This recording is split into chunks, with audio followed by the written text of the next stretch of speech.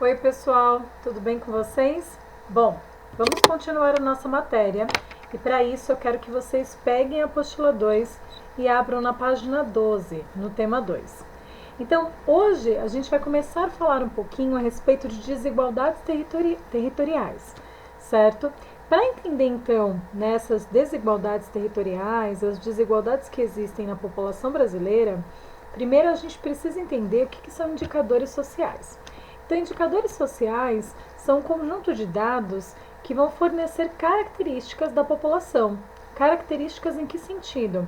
Acesso à escolaridade, assim como serviços, acesso à saúde, educação, né? E outros tipos de serviços, assim como também a quantidade de renda, o valor da renda das pessoas, uma série de dados e informações para a gente entender como que as pessoas vivem, certo? E isso é super importante, né? Porque por meio delas é que é possível a gente identificar como é que é a realidade de uma certa população, como é que é a realidade de um lugar e a partir daí elaborar políticas públicas, elaborar projetos para poder sanar essas necessidades que a população tem ou que um lugar tenha em relação à precariedade de infraestrutura.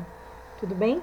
Então, é muito importante que levantamentos, que dados sejam coletados a respeito do modo de vida, a respeito das condições de vida da população, porque com base nisso dá para então os órgãos públicos eles conseguem então elaborar melhor as políticas públicas, pensar em projetos específicos para atender a demanda das pessoas, tudo bem? Mas uma coisa que é super importante que vale a pena a gente ressaltar, na verdade esses dados eles são coletados e os resultados eles acabam gerando uma média. E a média, embora ela nos ajude a entender um pouquinho melhor como é que é a realidade das pessoas, como é que elas vivem, como é que é o poder aquisitivo, a renda delas, assim como acesso a escolas, acesso a hospitais, tratamentos médicos, moradia, acesso à internet, água tratada, coleta de esgoto, tudo isso, né? Então, embora os indicadores sociais eles nos ajudem a entender legal, ou seja, bem essa questão, na verdade, como os resultados são uma média, eles acabam não mostrando 100% como é que é a realidade de um lugar. Então, muitas vezes, ao somar, por exemplo, os máximos acessos à internet, a quantidade máxima de acesso, e a mínima, e a partir disso tirar uma média, o que acontece? Muitas vezes não mostra um grande número de pessoas que acabam não tendo acesso à internet. Então, os dados são sim necessários, são extremamente importantes, mas as médias muitas vezes não revelam 100% a realidade de um lugar. Tudo bem até aqui? Bom, outra coisa que é importante a gente comentar na nossa aula de hoje é que nem sempre a elaboração de políticas públicas necessariamente tem a ver com essa questão de levantamento de dados. Como assim? Muitas vezes os dados existem, eles refletem, eles mostram uma realidade, que precisa ser resolvida pelo poder público, só que muitas vezes a verba disponível, assim como também o destino da verba, ela é mal distribuída. Por exemplo, muitas vezes os governos eles privilegiam alguns setores em detrimento de outros. Então eles privilegiam, por exemplo, investimento em transporte, em comunicação, sistemas de telecomunicação, em detrimento de saúde e educação.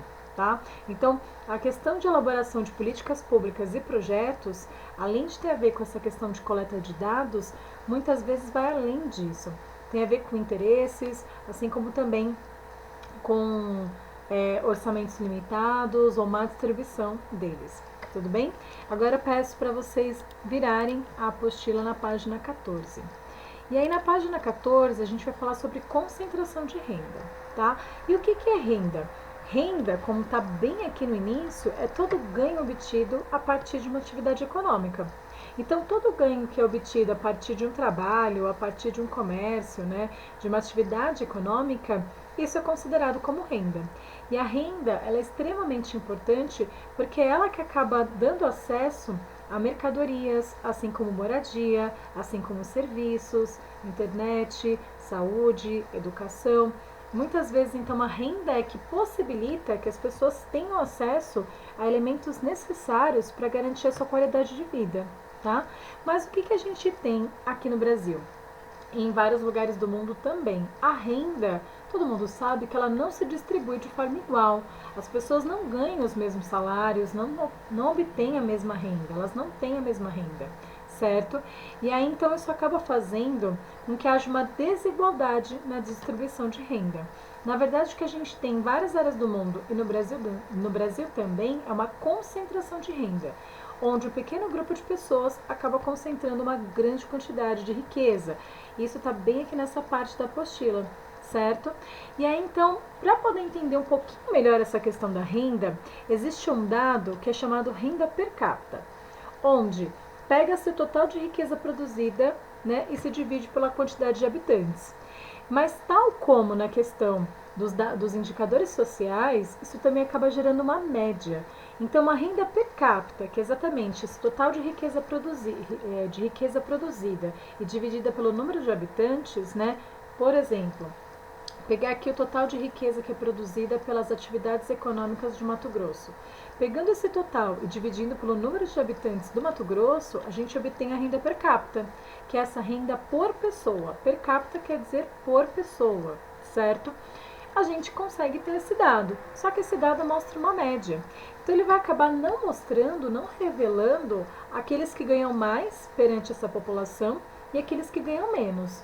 Né? Então, assim, a renda per capita, assim como os indicadores sociais, eles nos ajudam a compreender uma série de questões da realidade, mas não contemplam 100% essa realidade, não conseguem mostrar aí 100%, né, qual que é a realidade daquele lugar, na questão aqui da renda, como a gente está falando. Tudo bem? Um outro dado que é interessante para a gente pensar essa questão da renda é a renda domiciliar per capita. O que é isso? Domiciliar, de domicílio, né, de casa. Então, é uma média da renda da família. Então, pega-se todos os indivíduos que exercem alguma atividade remunerada, ou seja, que ganham alguma renda, e a partir de todos esses indivíduos, de todas essas rendas, se tira uma média. Tá? E aí a gente consegue ter uma noção que algumas famílias acabam ganhando mais do que outras, tá? Mas, volto a dizer, é uma média. Então, muitas vezes a gente acaba usando esse dado, né, para poder entender melhor que algumas famílias ganham mais do que outras, mas ainda assim é uma média, então não revela 100% aquelas que ganham bem menos do que outras. Tudo bem? Aqui nós temos um mapa que está mostrando exatamente a renda domiciliar per capita, né? Então a renda por pessoa, né, dentro das casas dos brasileiros. Esse dado é de 2017, e aí então é aquele mapa de escala cromática, como assim, do mais fraco para o mais forte. Onde o mais fraco, né, mostra a menor renda, as áreas que vão ter menor renda, que as famílias terão rendas menores, e conforme a cor vai ficando mais forte, vai indicando que as rendas vão aumentando. E olha que interessante a gente pensar sobre isso. O Nordeste e o Norte do país, que a gente já estudou um pouquinho, são as áreas onde boa parte das famílias tem renda baixa, de até R$ 998, que é o valor aí condizente com o salário mínimo, né, por volta disso. Tudo bem? E aí, então, aqui conforme a gente vai vendo, com exceção de Roraima, né? Aqui na região Centro-Sul, que a gente já estudou isso também, né? Lá nas formas de divisão regional do Geiger, né? As regiões geoeconômicas, no Centro-Sul, olha como que a renda das famílias vai aumentando, né? Então, aqui no Centro-Oeste, a renda já é um pouco maior, né? Varia aqui entre 999 e 1132, em parte do Sudeste também. Em São Paulo, a média, né, acaba sendo bem mais elevada, ou seja, a cor já fica mais forte, e na legenda está indicando que aqui nós temos várias famílias que a média é acima de 1.478, mas é a média, tá? Paraná, que está também aqui, né, no caso, entre 999 e 1.132, né? E aí a gente vai ter Santa Catarina e Rio Grande do Sul também, com rendas aí acima de 1.478. Mas vamos lembrar que aqui em São Paulo, nesses estados que a média de renda das famílias é mais elevada, né? O que acontece?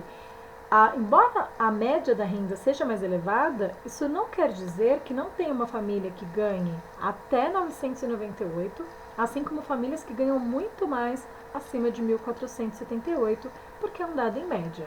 Tudo bem? Bom, agora eu quero que vocês façam um exercício aqui da página 13 e a gente continua na próxima aula. Um beijo para vocês!